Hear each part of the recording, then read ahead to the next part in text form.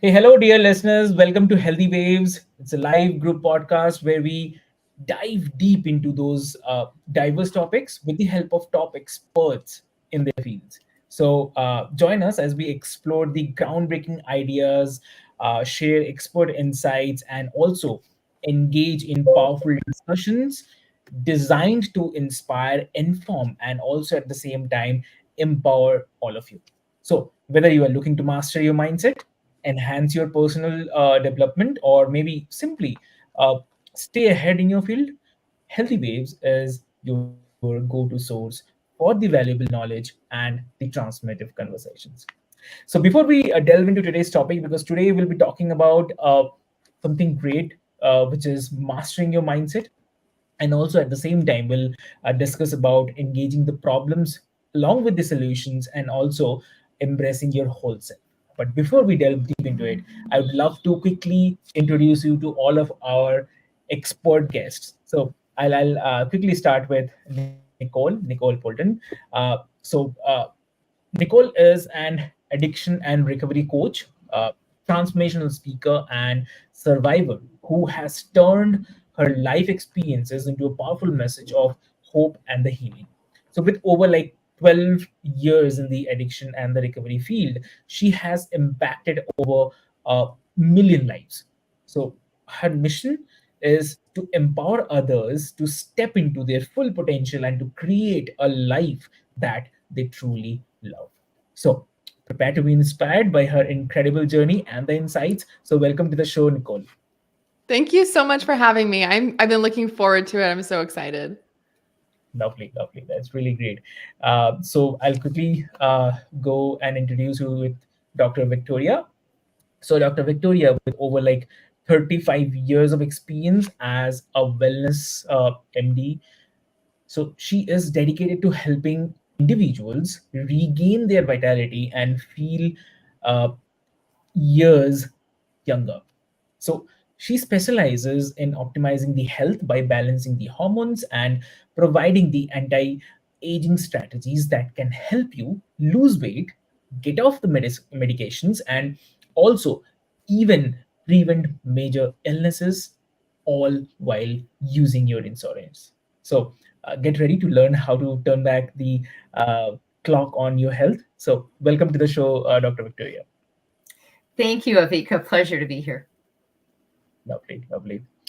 I'll also introduce you with Catherine. So, Catherine is an expert in professional presence with over 2 decades of experience in the instructional development and the corporate training. So, she helps women and men learn to walk, talk, act, and look like leaders.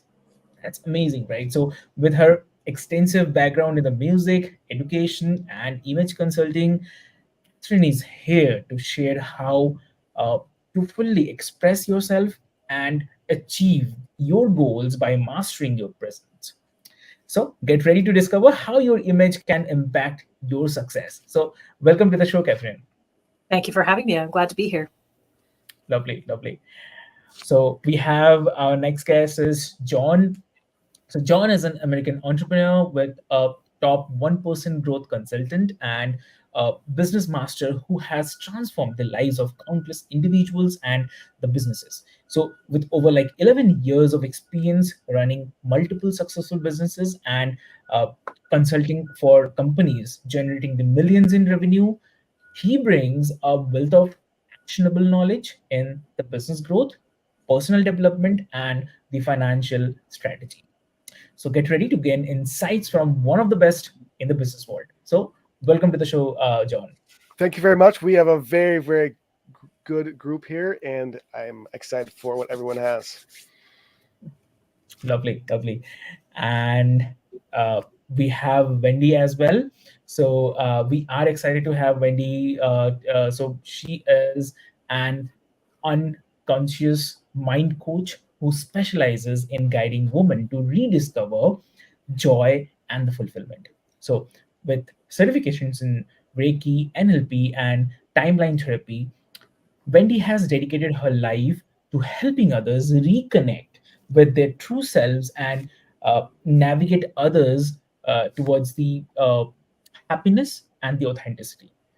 So her transformative approach has changed the lives, and today she will share her insights on embracing the self-love and living a fulfilled life.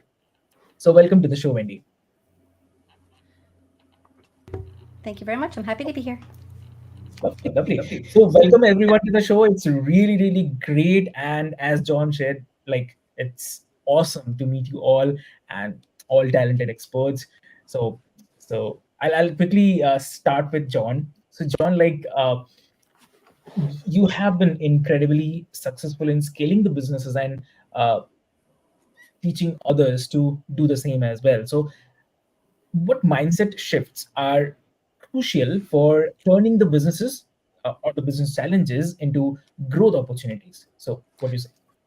I think whether it's related to business, entrepreneurship, or anything regarding mindset, a lot of what I try to focus on is dealing with the negative, because a lot of mindset over the years, development, the messaging has been around, hustle, hustle, hustle, power forward, only positivity, etc. And that is great. That is a part of operating daily life, operating relationships, operating business. But from my experience, the most impactful of dealing with heartbreak, of dealing with depression, of dealing with a lot of issues, life, it's constantly having fun throwing at you all the time, because it just likes to do that on occasion. Along with, especially being an entrepreneur, managing a business, managing, growing the business, there's so many different elements.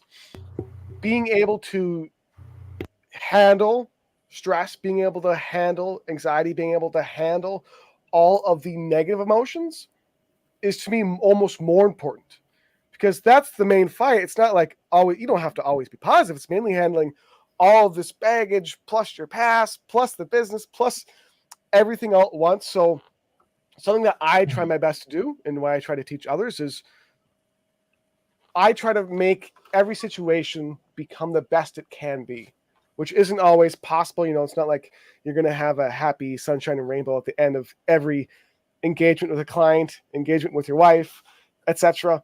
But I do think that if you pause, you breathe, and you go, okay, this situation's probably not the best it could be, but what's something I could do right now to make it just a little bit better, to make the people I'm involved with in this situation a little bit less aggravated, a little bit less stressful? What do I need to do with myself? How I'm acting, how I'm speaking, how I'm monitoring myself? What can I do to do that with others? So whether it's business, whether it's relationships, doesn't matter. Everything I do, I try to teach, preach, is just things can be not like you want. They are a lot of the times. How do I navigate that in a way that I'm just moving the horrible, bad stuff at least forward to become a little bit better, a little bit easier to manage, a little bit simpler to navigate through? Understood. Understood. Thanks, John, for sharing this. And so I'll quickly come to Nicole. So Nicole, like your story of overcoming the addiction and the trauma is definitely powerful. So how did you develop the mindset that is necessary to uh, transform your life after your overdose? Yeah, so I would say pre-overdose life was hard, right? Like those of you out there who struggle with any kind of substance use or abuse, like newsflash, we all have something, right? You can be addicted to your phone or TV or food or alcohol or whatever. So we all have some form of negative self-soothing. And I would say prior to my overdose, life was just a struggle. I was fighting to survive. And so I was in survival mode for a majority of my life. And then I got to the point where I did overdose. And then I decided sobriety could be the only way, like the only way forward. I had to be sober. And so I decided, I don't know if you guys have heard this, but there's the hallucination that sobriety is hard and every day it's a challenge and it's a fight. You have to fight for your sobriety every day. And I had this thought of, well, every day before was a fight. It was hard already before I was sober. So I didn't accept that sobriety was going to be hard. I decided it was going to be fun. And so with that mindset, going from, okay, I have to just survive this moment, this day, this year, And I think a lot of us can get caught up in just the mundane routine of life that maybe if it's not intentional, we don't realize that we're kind of just drifting, to being intentional about how can I actually enjoy this process and how can I enjoy what I'm doing right now. And so I think that shift in the mindset going from survive to enjoyment was the biggest change for me. But depending on what you're working on, like John is in business, I mean, we're all in business in here. And I think whether you own a business or operate a business, or you have a family that you're operating your family, right? Or you have a life. Those of you listening, like you have a life, you are an operator of something. And so realizing, are you in that survival mode? Are we just pushing forward because that's just the routine that we're in? Or are we being intentional about enjoying the process? Understood. That's totally correct. Yeah. Great. Thanks, Nicole, for sharing this. And I'll come to Catherine. Catherine, like you help the leaders. So it's all about we started with the business. So you help the leaders with their professional presence. So how can someone, cultivate a mindset that aligns with their inner self and with the external image that they protect? It's interesting because I'm a bit of an outlier in my field when I started out in image consulting, because I have often struggled with the don't judge a book by its cover theme in the world. And I don't like it. And I would love to just coach myself out of a job in that respect, so that we could come to a world where people are not necessarily such visual creatures and so interested in making meaning about what somebody looks like when they show up. But what I find in my work is that, first of all, speaking to what Nicole said about addiction, workaholism is the most rewarded addiction in our society, which makes it a very difficult one to divest from.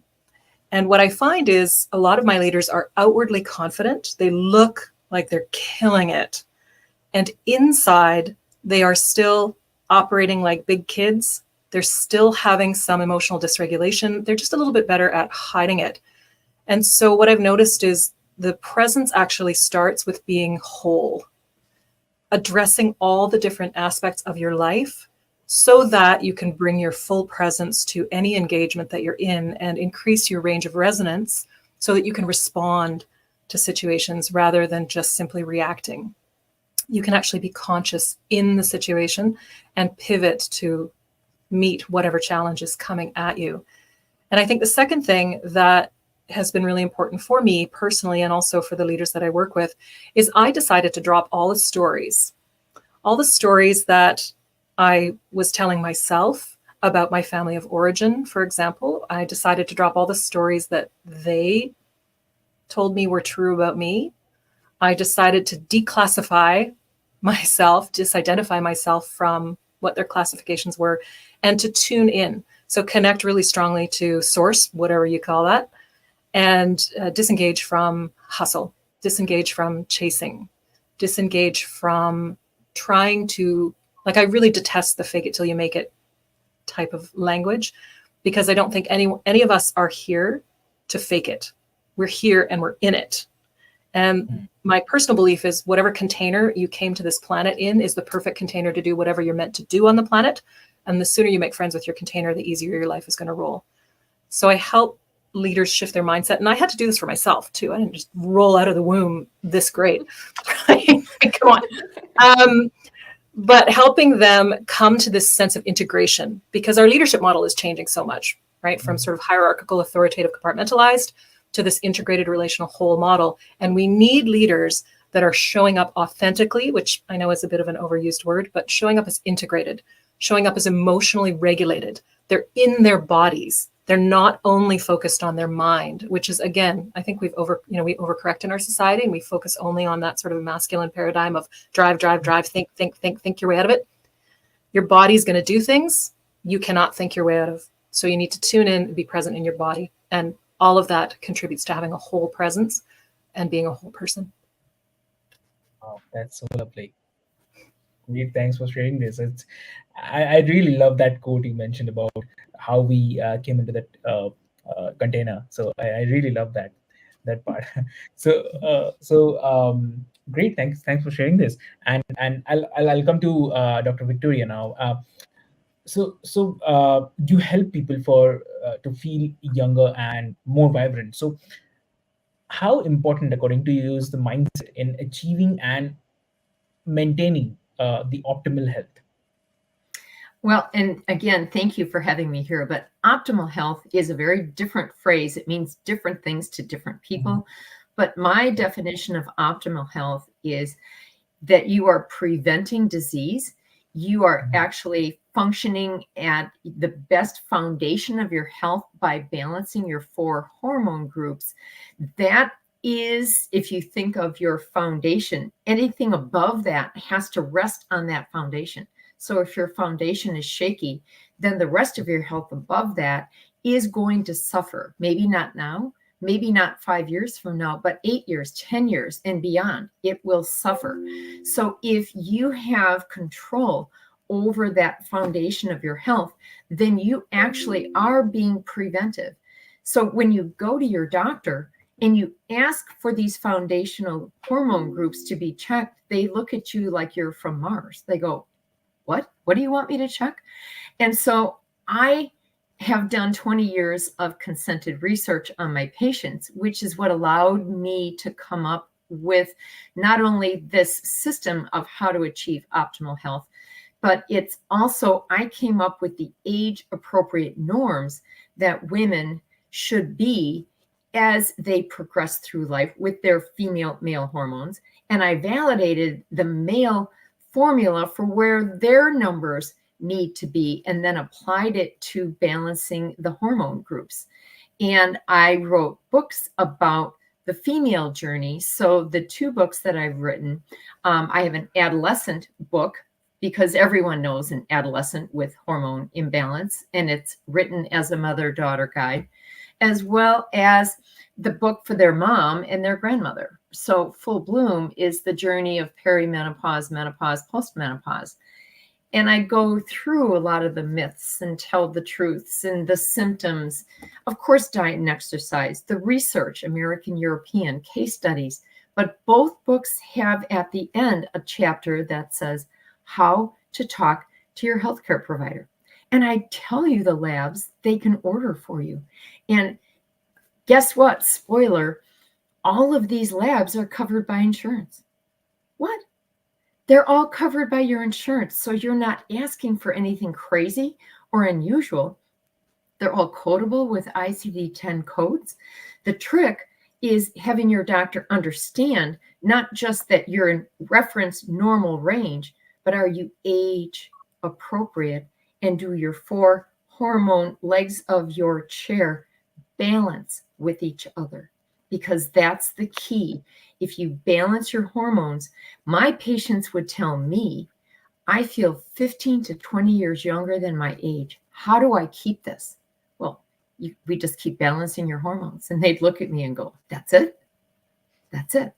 So I've taken that approach, put it into master courses to teach health coaches and healthcare professionals how to do this. But I've also taken this to the business world as a business healthcare consultant. Because what if every employer could tell his employees, I can help you feel better by the health plan I'm putting in place at work? And wow, what a powerful message you've just given to your employees. So that's what I'm about. I was in practice over 35 years. I'm retired, but retired now to do a broader audience, to take this system to a broader audience. Wow, that, that's lovely. Yeah. Thanks for sharing this, Victoria, Dr. Victoria. Uh, I'll come to Wendy now. So Wendy, your work focuses mostly on helping women reconnect their true self. So uh, what mindset shifts are necessary or important for someone to rediscover the joy and fulfillment in their lives?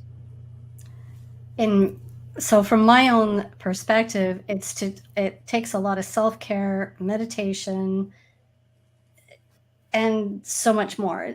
Self-care for anybody, men or women, is truly important because we wear so many hats in our lives. As Catherine was saying, we tend to live outside of ourselves so much because we have so much to do.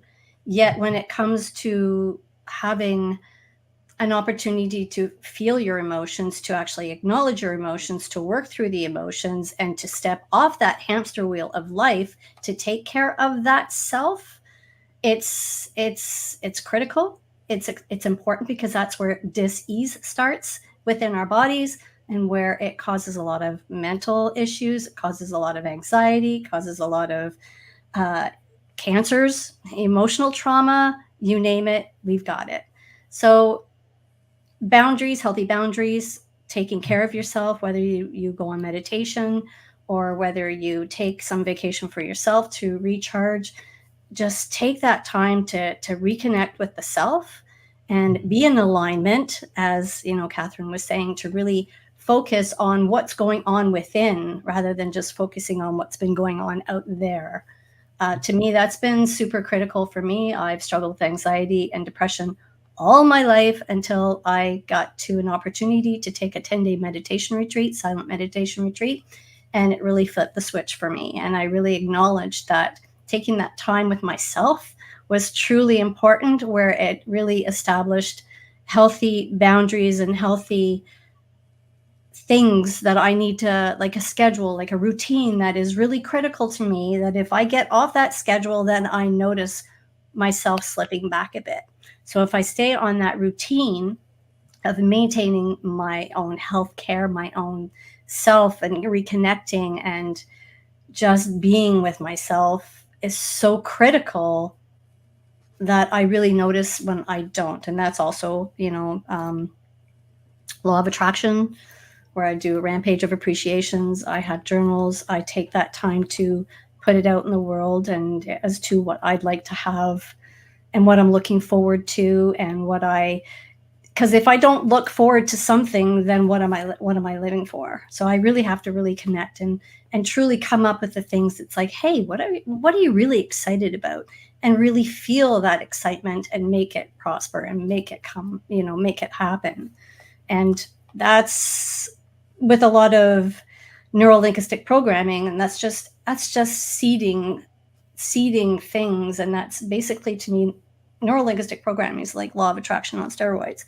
If you think it, so be it. However, but if you think it, like everybody is saying, we all have addictions, we all have stories, but let's try and reframe those stories so that they're not so heavy and bombarding us and holding us down from prospering, from being authentic, from being real and speaking up for ourselves, and all of the above. So I could go on and on, but I'm sure everybody understands where I'm going.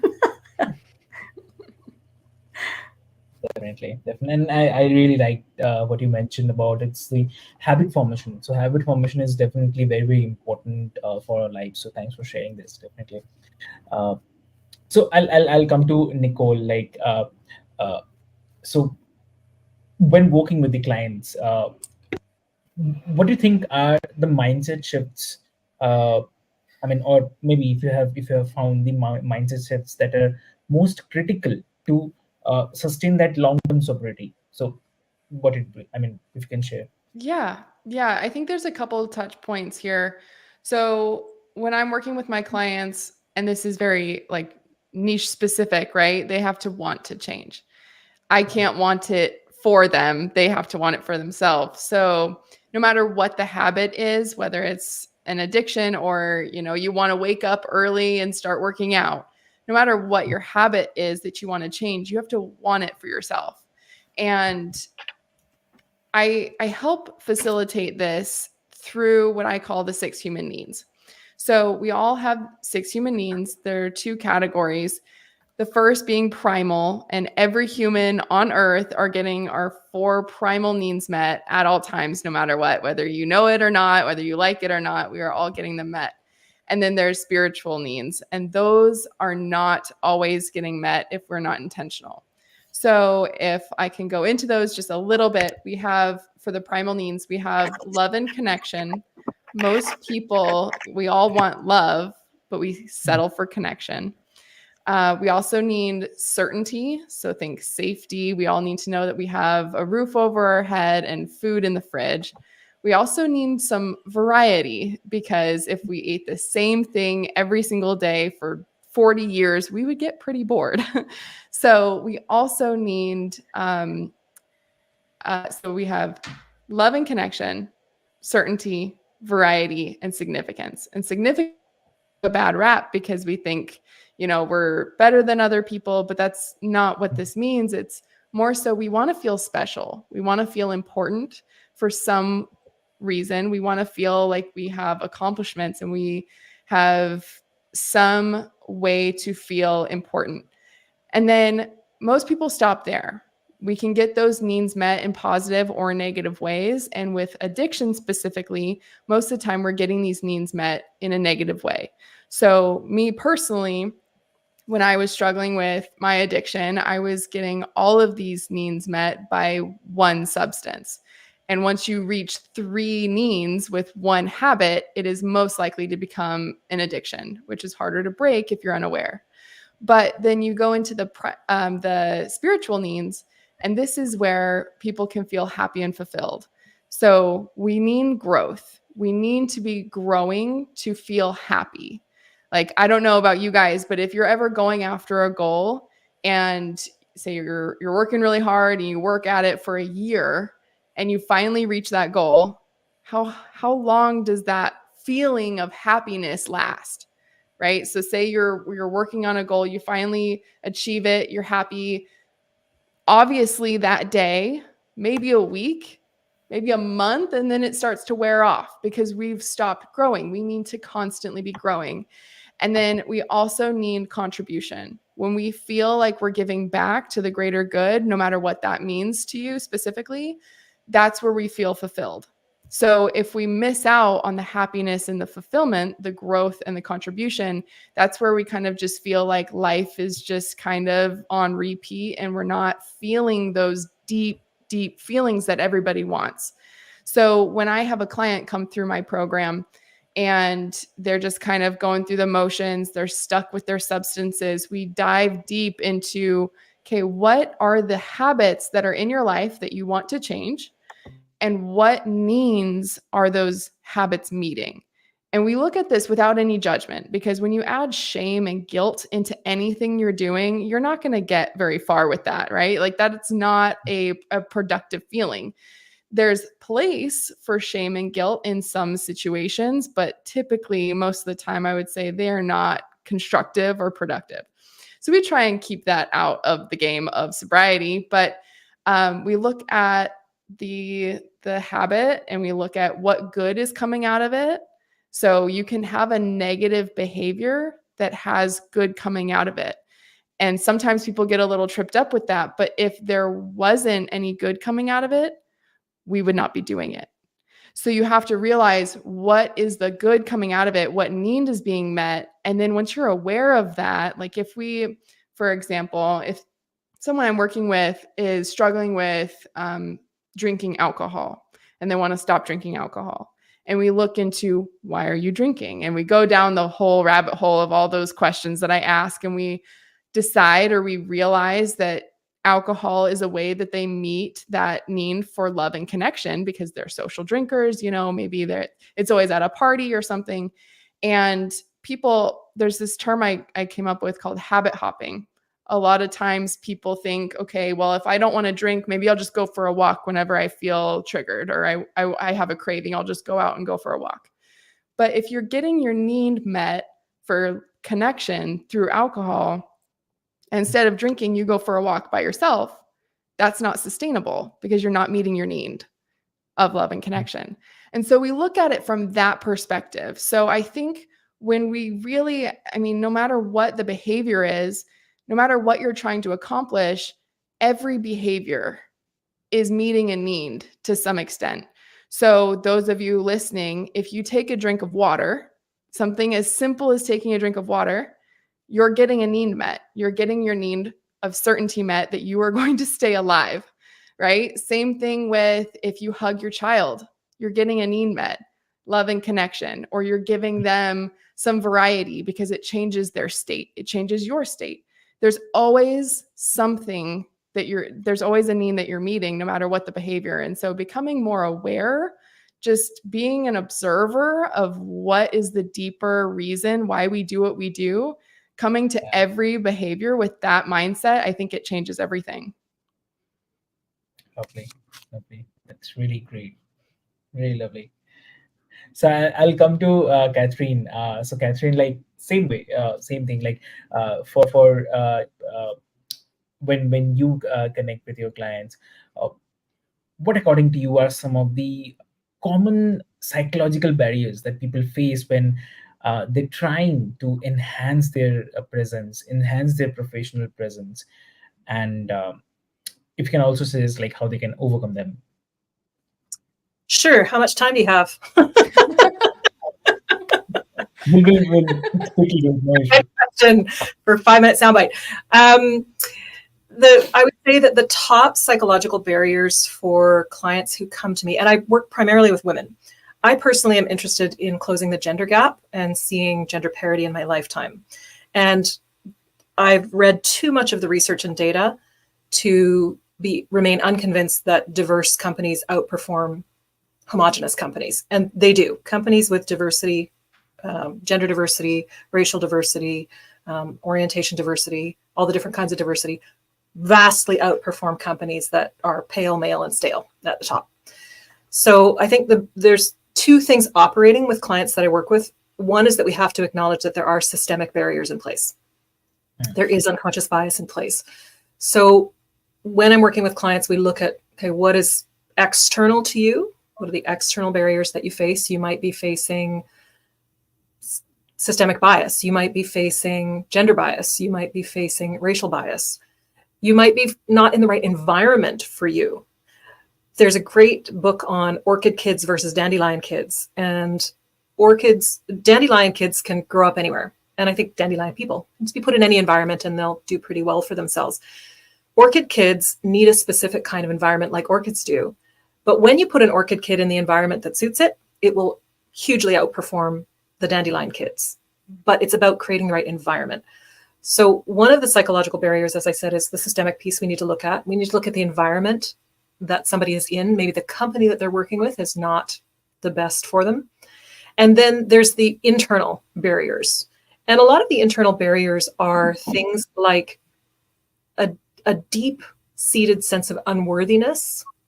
And, I think I would say, if I had to estimate, I would say there's probably 85 to 90% of people have grown up in dysfunctional homes, dysfunctional families.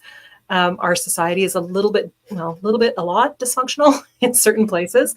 And I think we're only just now coming to this deeper awareness of this broader dysfunction that's occurring. And those of us that are in this work now, or one of my friends, she said, we're all on the transition team, right? Taking the world into a better place, which I like to be optimistic and think about that. So the internal barriers are the pieces that we look at where someone needs to uncover what's at the root. So there might be a symptom, for example, of overwhelm. One of my clients just loves overwhelm. It's her emotional cheesies. She just loves to eat overwhelm for breakfast. And we have to look at the secondary gain, like Nicole was saying about what's the need underneath, but what I call it secondary gain. So what's that doing for her? And what it does is it keeps her small and it keeps her safe so that she doesn't have to advance and expand further. So we have to look at both the internal and the external. So in 5 minutes, what can I say about somebody overcoming that? I would say go to the body. Go to the body, tune in, think about what are the sensations you're experiencing, and then think about, okay, what label am I putting on these sensations? What emotion am I feeling? And then how is this affecting my situation? And how can I begin to uncover these deeper things? Because it's not really about the clothes, right? I mean, I used to say when I was coaching consultants, I would say there's always more in the closet than clothes.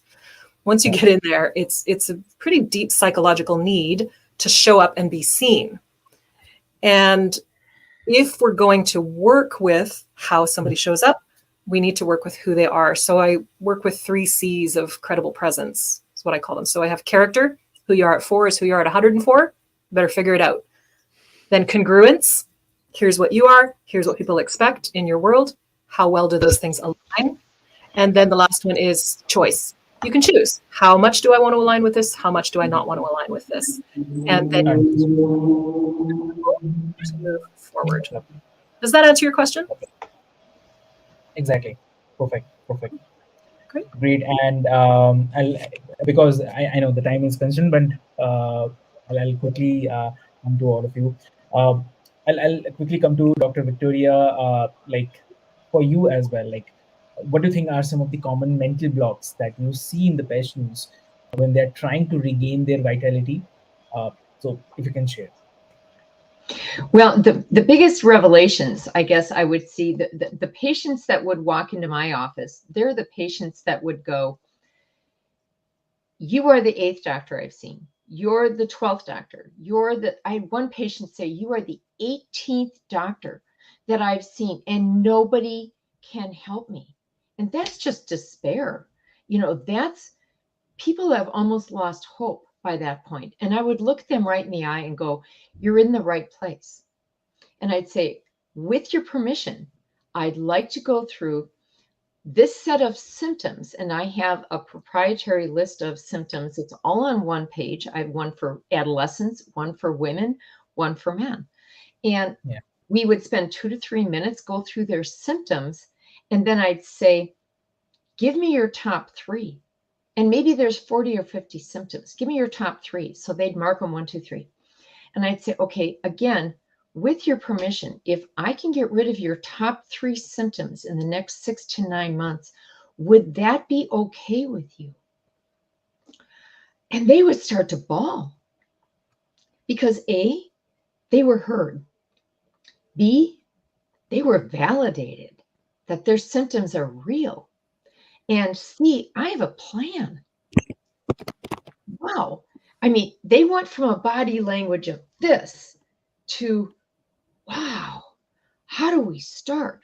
So if you can listen and validate somebody, then they will be open to any suggestion, reasonable, of course, but your suggestions of this is my plan, this is how I want to help you, and I want to partner with you. It's not I'm the doctor and you're not. It's we've looked at your symptoms together and we're going to work on this with your permission. We're going to work on it. And they would come back to me and say, Doc, I've got my moxie back. I don't know. I never knew it could be this easy. How do I keep it? We just keep balancing your hormone groups. That's it. That's all it is. That's all it is. Oh my God. And then all of a sudden their spouse is coming in, their kids are coming in, their parents are coming in, their aunt and uncles are coming in, the whole family. It's like the whole family affair because it's really that simple. And medicine in many ways has lost sight of the fact that the patient is our customer. And we're not doing a very good job of customer service if we see a patient and we immediately send them on to referral. Oh, you've got increased reflux. Oh, you've got, you eat 3 bites of food and you have to unbutton your pants because you're bloating. Oh my gosh, and you have poor sleep. Well, I'm going to send you to gastroenterology and then I'm going to send you for a sleep study. It's like, whoa, wait a minute, hold the fort. I took off work to come in to see you. And now you're telling me I have to go on to another specialist, take another day off work. And you already know if you see the gastroenterologist, what is he going to do? Oh, I need to scope you from above, scope you from below. And if you've got a large deductible, guess who's paying that bill? Well, no wonder we all get depressed and anxious and we don't want to go see the doctor because the doctor isn't really seeing you and they're not hearing you. You are simply a checkbook to them and a credit card. And you're simply going to be doing this test, which meets their quota of what they need ordered that month to keep their job if they're an employed doctor. Well, didn't we take an oath that we do no harm? Don't we work for the patient? We should. Shouldn't patients be able to call the Better Business Bureau on their doctor and say, I haven't got the service that I expected from my doctor? Well, that would be great if we could do that, but that doesn't exist.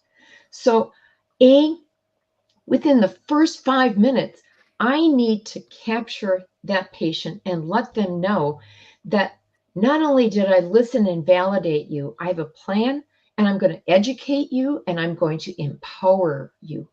Those 5 things are what I promised every single patient within their first appointment. And they walked out with their shoulders square and their head tall because they knew they were in the right place. And everyone should feel that level of control over their own healthcare. Understood. That's really great. That's really great. And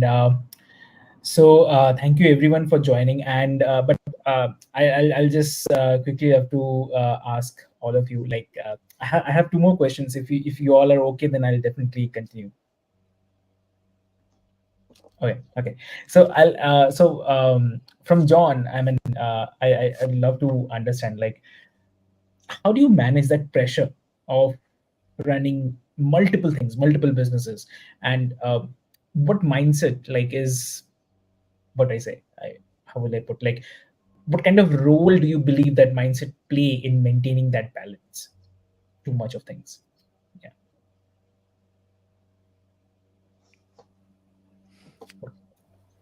I got it. I saw it. I'm like, oh wait, instantly. To manage everything at once, because there's a lot we all deal with 24/7. You know, this while I'm thinking about, oh, my dog's barking. This is this. Good thing the thing was muted as she was barking. It worked out perfect. Is actually, I'll twist it a little bit, less on self and less on me. It's way more obsessed with whether it's business, whether I'm talking to my mom, whether I'm, you name it, focusing on, and not even like getting the best result out of situations. It's how can I give, and make the situation the best and focus entirely on this other person. One, because that is fulfilling. Like I've noticed throughout my entire life, I like to make people laugh. I like to make people smile. I'm kind of animated. I have a lot of energy and I love it. And it feels good. I think everyone gets that feeling when they're being that self. So I think that it's fulfilling to help and give to people. And also when you do that, especially for example, like in business, people are looking for clients. They want customers for their business. What's the best way to get someone to buy from you? Well, you don't want to sell them. I don't want to have to persuade you. I want to be so helpful and so giving that you naturally go, oh my God, like you are amazing. Why wouldn't I want to pay you as much money as possible, because not just do I see you actually care about me, which determines at all whether or not I want to work with you, but you also are offering a ton of value too. So you actually care about me. You have a ton of value. Default in business, that's usually thumbs up. Let's make something happen. So whether it's business, whether it's relationships, doesn't matter what it is. I try my best, and I do often sometimes fail, but I try my best to. The other day, real quick story. I kind of fixed it though. So even though you make mistakes too, you can kind of fix it. I was walking with my dog, I mentioned, and I screamed at my neighbor because their dog came running at my dog. I was on the phone at the same time. I was like, what? Your dog's growling at my dog, making me mad, all this different stuff. And he screamed, I screamed, back and forth. I'm like, halfway through us going back and forth, I like breathed and I went, I'm not helping the situation at all. This is making it way worse. So I was like, hey, sorry about yelling at you, actually. He goes, yeah, why are you yelling at me? I'm like, I don't know why I'm yelling at you. I shouldn't be yelling at you. Have a good day. I'm going to keep walking. Have a good day. And then I went to Walmart. I drove to Walmart and I bought a plant for him and his wife. And I came back and I apologized and I gave him the plant, said, hey, here's this. Sorry for screaming at you. Have a good day. And it kind of still serves the 2 purposes of, one, it's just a good thing to do to help people solve situations, make things better, be a good person. And then 2, well, you know, whenever you interact with people, you never know later on down the line, whether it's in business, in life, or whatever, where that person may be involved in a situation that could help you, hurt you, etc. And I'm like, well, I don't ever want issues with these people. And hey, if they like me and their dog likes me, that could be good too. So might as well just do and be extra good. And then usually good extra things kind of come your way. Lovely, great. Thanks, John, for sharing this. And also, I'll quickly come to Wendy. Like, so you have transformed your life through self-discovery. So, how you guide others to embrace their whole self, whole life, whole self, and overcoming those limiting beliefs. Well, there is a kind of a program that we go through because everybody's behavior is learned between the ages 0 and 8. So everything's established there. Anything thereafter is that they are kind of navigating their world as to on those limited decisions and beliefs that were already established, right? So how I help others get through it is with a little bit of timeline therapy, where we kind of hear where their limited decisions are and what their limited beliefs are. If they've, and a lot of them, like has been said, it's self-worth, unworthy, they are unlovable, or there's always something underlying. So I kind of uncover that by just having a conversation with them in a series of 18 questions that we kind of talk through to actually hear what it is that is the root of their issue. And then we kind of work through where they want to go, how they want to move forward. No, not how they want to move forward. It's where they want to go with this current situation that they're in and how to move them through it to get to that point. So it's just a series of questions, me listening, validating, not necessarily it's validating what they're feeling, yet we kind of move through it so that we can kind of reframe it and see it from a different perspective, because we all have stories, we all have things that are kind of holding us back from moving forward, like fear of doing something really silly like bungee jumping. And it's that unconscious mind that wants to keep you safe. It is there to keep you safe. However, if you move beyond it, stretch through that comfort zone of doing something different, doing something that maybe is like bungee jumping, and really pushing the parameters of that fear, because bungee jumping, you can do it without killing yourself. So, and it's just knowing your unconscious mind is telling you, no, don't do it, don't do it, don't do it. But when you do it, it's like another wall comes down and your mind is open to different things. It's just doing things out of your comfort zone. It's shifting the neuroplasticity in your brain. It's just doing things differently in your life so that the behaviors can not be eradicated. They'll always be there. However, it's just modifying them to do something different so that that different behavior will be consistent for them to move forward.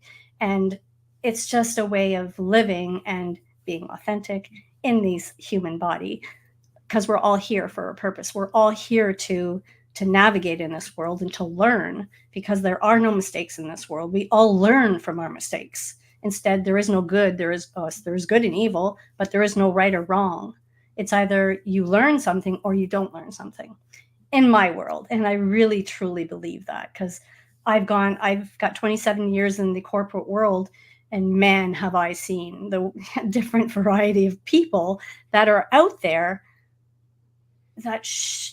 yes, there are many variety of people out there that I have come to face with, and I've learned an awful lot about myself, and I've learned an awful lot about human behaviors and about other people. So yeah, it's just navigating their world and listening to them and creating new behaviors so that they can prosper and move forward. Lovely. Thanks, Wendy, for sharing this. So we're at the end of this lovely episode, and before we wrap, one thing I definitely love all of you to, if you can share in 3 words, one advice for the listeners on definitely on today's topic, which is like mastering your mindset. I have a quote. I got 2 quotes. I'll go really quickly through them. So the first one is, aspire for progress, hunger for success, and strive for greatness. Obvious meaning. I made these when I was like 16, which is pretty sick. And your attitude is not defined by your life is defined by your attitude, which is just, you decide how your life is. Whether or not it is horrible or not horrible, choose how you want to react from it and impact the rest of your world. I'll be quiet. I actually, to piggyback off of John, you said 3 words, and something that came to me when I was in the middle of my overdose, and this is what completely shifted my whole life, is, I heard a voice. Catherine said, source, you could think it's God, whoever you believe in. This voice said to me, Nicole, this is not your life. You can choose something else. So like John was saying, it's a choice. Your mindset is a choice. You get to choose if it's easy. You get to choose if it's hard. Mhm. And you can choose if you want to be successful. You can choose if you want to learn from the losses. It's a choice. Lovely. I'm going to jump in. I've got 3 words for you. Yeah. Find your people. We learn, we live, we love in community. Find your people. Perfect. And my 3 words, my 4 words, educate yourself, educate, be empowered, and take charge. Lovely. Wendy. My 4 is false evidence appears real. So just move forward. Don't let it hold you hostage in life, because there's so much more out there to do. So Wow, it's so lovely. It's really great. So thank you everyone for joining us on this episode of Healthy Waves. And dear listeners, like you can see, like we have explored some of the powerful insights today with our incredible guests. So we delve deep into the art of mastering your mindset and also embracing your whole self. So always remember that uh, every challenge that you face, is an opportunity somehow to grow, and the solutions are often within reach when you engage with the purpose and the intention. So, if you found value in today's discussion, be sure to subscribe and share this podcast with someone who might benefit from this discussions and from this insights. So, let's keep the conversation going. Follow us on social media and do not hesitate to reach out with your thoughts and the questions. So, until next time, stay curious, stay inspired, and ride the waves of growth and the positivity. So, this is your host signing off, Avik from Healthy Waves. Keep thriving. So, thank you so much. thank you very much.